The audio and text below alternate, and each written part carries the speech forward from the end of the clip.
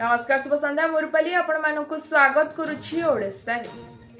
दक्षिण बांग्लादेश और संलग्न अंचल में लघुचाप क्षेत्र सृष्टि होइछि।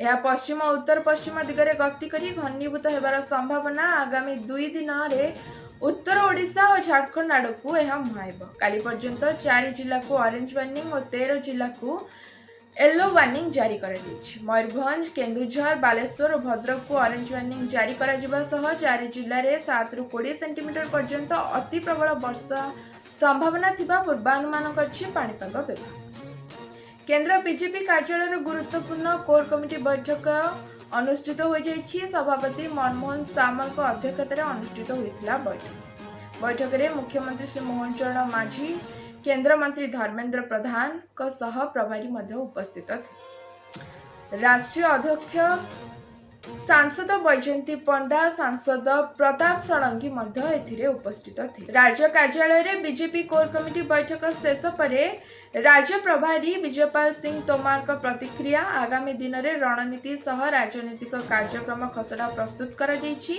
सदस्यता अभियान रे 1 कोटी लोकों को जोड़बार लक्ष्य रखा जाइछि। सुभद्रा योजना नहीं मध्य बैठक में आलोचना होइथिबा से सूचना दैछथि।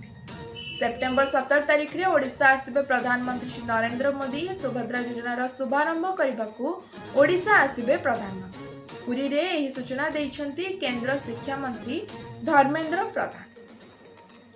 पिपिली रे बापुची बर्ड फ्लू। पिपिली रे बर्ड फ्लू व्यापिबा परे आरंभ होइछि कुकुड़ा मरा अभियान। सूचना अनुसार 47 फार्म रे मरा 20,000 रु अधिक कुकुड़ा। तेबे क्षतिपूरण न मिलवा पर्यंत कुकुड़ा मारिबा को दिया जिबो नाही बोली कहिसेंती चासी। सेपटे प्राणी विभाग पक्षरु सूचना दिया जाइछि जे मरा जिबा को थिबा कुकुड़ा गणाति करा जाइछि। केंद्र और राज्य सरकार को निर्देशावली अनुसार दिया जिबो क्षतिपूरण। आज पे एतिकी। धन्यवाद। शुभ रात्रि।